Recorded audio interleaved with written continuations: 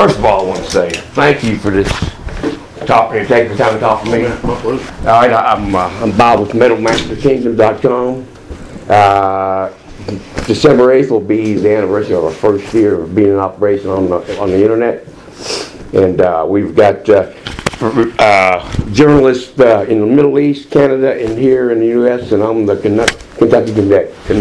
Right. Pardon me, I'm missing my upper teeth right now. It's kind of tough to talk. But, I just want to say I love your music.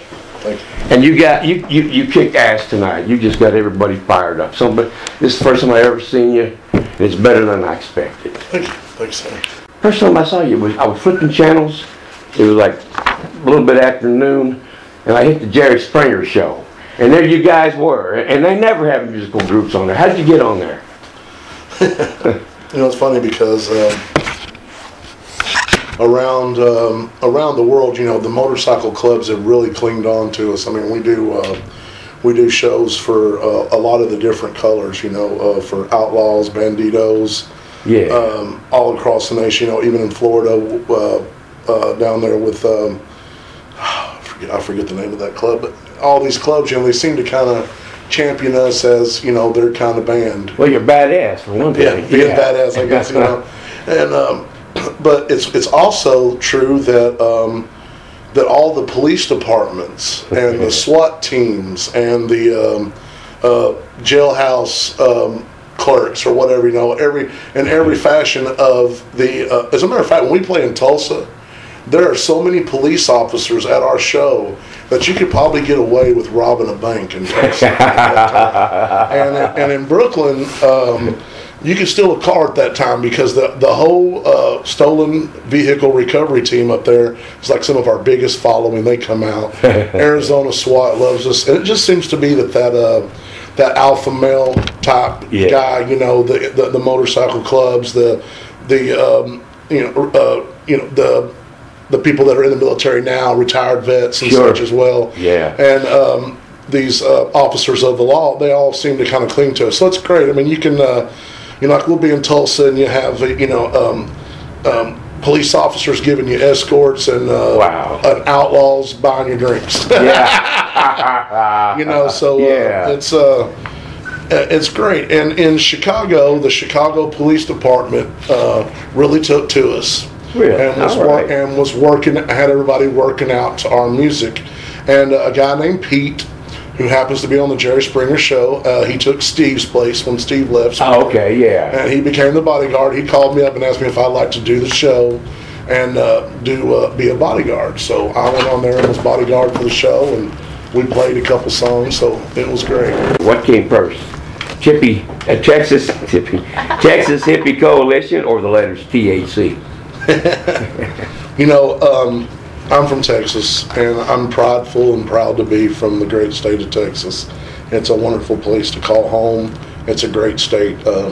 It's going to be even better whenever I push and become like a governor. Hell yeah! Because I want to push for not just medicinal marijuana, but the legalization and decriminalization of marijuana in the great state of Texas. And I think that once that happens, the state becomes even greater for me. Oh, yeah. Because I'm going to open up a chain of stores called Red River Redbuds. And I'm hoping that I can break that chain out across the United States. That would be great. But always proud to be from Texas. As a young kid, my dad had hair down to his ass and bell bottoms that covered all his whole dude.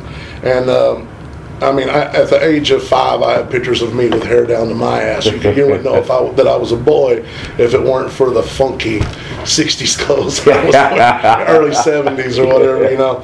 And my parents were hippies, very tribal, and I wanted that to come across. I wanted people to know that about me, that it's to meet me. You know, I have to meet a lot of people, shake a lot of hands, of course, but to get to know me, I shield myself very much, and the people around me shield me quite a bit. So once you get in close to me, I kind of cling to you. I kind of make you family, and I cling to you. And don't have a lot of friends, but got a lot of good friends. Yeah. And I wanted the hippie to represent my parents in their ways and how great they were and how they gave music to me in life. I wanted to kind of pay homage to them. And then the coalition part was so that the fans could become a part of it. You know, I want them, you know, people always say how many people in the band, you know. I said, well, there's only, 4 musicians here, but the coalition is many. Right. And we're definitely growing by thousands. To quote a Red Dirt country boy, Johnny Cooper, the coalition is growing like a weed. And so, Texas Hippie Coalition, of course, a lot of times I lie about this. I've told in answering this question, I've actually probably given about 20 or 40 answers. Yeah. But I want to give you the truthful answers here. And those right there, that right there is a big part of the truth. But Pantera was Pantera, and they had CFH, which was Cowboys from Hell. Yeah. I knew if I became the Band of Outlaws was going to be my nickname. They're the Cowboys from Hell. We're the Band of Outlaws. It's a whole lot easier to say the Band of Outlaws THC. Yeah. You know what I mean? Yeah. And so I wanted to have something that was promotable in the way that CFH was. I thought it was a genius idea. Just kind of flipped it a little bit. I took the initials for the name, where they took Pantera for the name, and then I took and the initials for their nickname, and then for our nickname, we're just the Band of Outlaws, because the initials for Band of Outlaws would be BOO, and who wants to be who wants to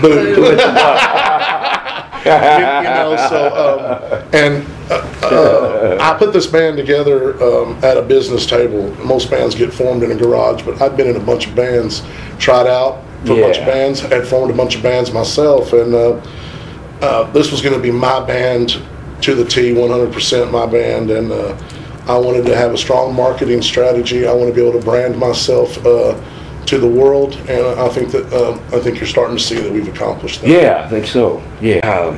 Who coined the phrase red dirt metal? Red dirt metal. Down in Texas, there's this country music called red dirt. Okay. A lot of people say it's just Texas, but it's Texas, Oklahoma, New Mexico, Arizona, Colorado, Utah, and it's spreading. It's red dirt country music, and you got greats like Charlie Robinson, Pat Green, some guys we played with, Cross Canadian Ragweed, Kevin Fowler, Johnny Cooper, who I aforementioned, and all those guys. When they listen to our music, they tell us that there's aggression in our music and there's attitude in the music, but the words that are in our songs are so reminiscent to what's in the red dirt country. How it tells a story. There's something behind it. There's more meaning to the word than just an innuendo or I love Pour Some Sugar on Me. But you know what I mean. It's not pop oriented. It's more from the views of a realist, and I think that the way that it came across to those guys, they just accepted us into their world so much. And being in this band, we get to open for country acts like Gary Allen, Cross Canadian Ragweed, legends like David Allan Coe.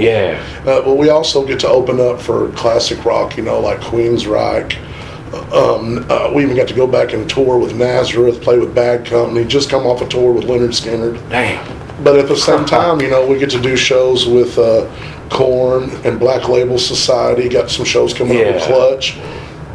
And in this moment, and it's just that a lot of bands out there, they're trapped in just playing this one place, And for me to have the luxury to go and play with some country guys, or to play with some classic rock guys, or to play with some metal guys that are happening right now, it's just it helps break the monotony. Sure. Yeah. And it makes for everything we do is fun, but it just keeps it roller coaster fun all the time. Right. Yeah. What an exciting life, huh? By the way, this is my daughter and assistant, Sarah. Hey, Sarah. She's been taking a lot of pictures tonight with my new camera, and I haven't got a chance to use it tonight. All right. I just had to ask this. Have you ever considered doing a metal version of the song Red River Valley? Red River Valley by, Well, this thing I think was written like back in the 1800s. Was a John Wayne movie, and from this valley they say you are going. Oh no, I know you're talking about the movie. It's from the movie. Yeah. As a matter of fact, my hometown, Denison, Texas. Yeah.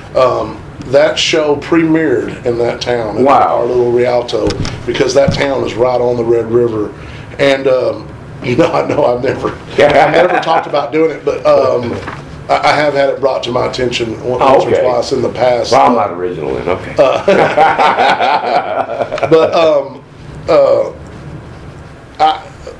Being from the Red River Valley like we are, because we love Texas, I love Oklahoma too. I've got a house on both sides of the river there. I've got a house in Oklahoma, a house in Texas.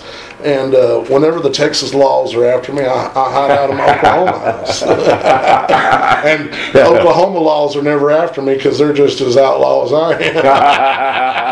They're hiding from the Texas law too. Yeah. I was going to ask you about the music influence. Growing up, I mean, you're in Denison, Texas.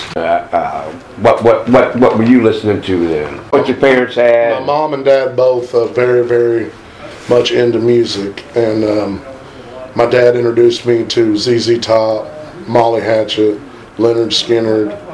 I don't. If you listen closely, you'll start to hear influences from the likes of Bob Seger. Yeah. And there's a lot of blues influences in my past. But the very first time that I ever, and you hear all those influences come through, and of course later on in life, Clutch and Pantera and Down, the influences from that, of course, come through. But one of my favorite things is like when I was a little kid. There was a show called the Johnny Cash Show on TV. Yeah. And Johnny Cash could always play a song that just moved you in every which way. Oh, yeah. But then when he talked, the way he talked to his audience, the way he commanded his audience, even if you listen to the Folsom County Prison album, the whole album, how comfortable he is, and he's also still commanding to the audience. He lets them know throughout the show that he is in total command there, and nobody's reverency is above him, not even the wardens, as he jokes about the warden constantly throughout. Yeah. And even like the little joke that when he says to June, you sure do have beautiful eyes, and June says, "Well, Johnny, my eyes are up here." Yeah, I mean, it's just and just the way that he could pull stuff off, and communicate with his audience in between songs and still come off lighthearted and fun-loving, because his music, he was so open. He really let you into his heart, and any dark spots that he had, he let you into those places. That's really what we want to do with our music, is that if there's a dark cave, we want to take you into the deepest, darkest part of the cave. If somebody said, you're going to be a bull, okay, I definitely would not be a bull that could be able to sit in a pen. I definitely wouldn't want to be a bull that was, inside a barbed wire. I'd be an open range rodeo stock. Yeah. So, I think that, that whenever somebody says, hey, that I could have swore I heard like a hint of Johnny Cash in there, or a little Waylon or something, it just makes you feel great. Sure. You're happy and proud that shines through. Of course, we get the Southern, we call it Southern fried, because when we played with Leonard Skinner, I was telling everybody, that Leonard Skinner's there representing the Deep South. Texas Hippie Coalition is here to represent the Dirty South. I just had to do this too, because I had to do a little history searching on Denison, Texas. I didn't know much about it. 1915, guy named Mordecai Ham came all the way from Kentucky. He was an evangelist. Went to Denison, Texas, and saved 1,100 souls. How many souls do you think you're going to save here in Kentucky on this trip? Well, probably going to send some sinners straight to hell. I'm probably going to be what puts them over the limit. You know what? I'm sure Brother Ham was doing his job and everything, but Let me tell you another little story about a guy named William Anderson. Okay. They called him Bill Anderson. He gathered up his family from Kentucky, and he moved them to Texas. And down there on that Red River, on that crossing, because he didn't have the money to pay the ferryman, he shot and killed the ferryman, threw him into the river, Dang. and went on into Texas, went on down to South Texas, and opened up a bar, and opened up some land down there, and they never brought him to trial on it. Wow. But later on in life, he was killed by a gunman. Oh, you got little karma there. Huh? And it's funny, it's because people always ask me if I'm kin to him. You know, we got the same. Or Anderson is my last name too, and I tell them that I'm sure that somehow, some way, that son of a bitch was kin to me, but we don't claim him. No. And I you know, finding stuff on the internet about you was tough. I had to go to Wikipedia. Yeah, because you know, to find some history on you.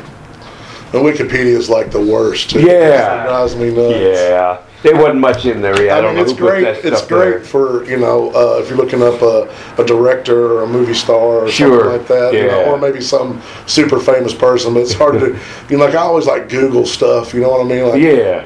just see what I can find. A little bit harder, but you know.